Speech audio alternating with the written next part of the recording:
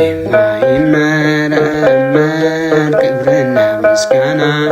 በሰማይ ለእግዚአብሔር ይገባልና መላእክተ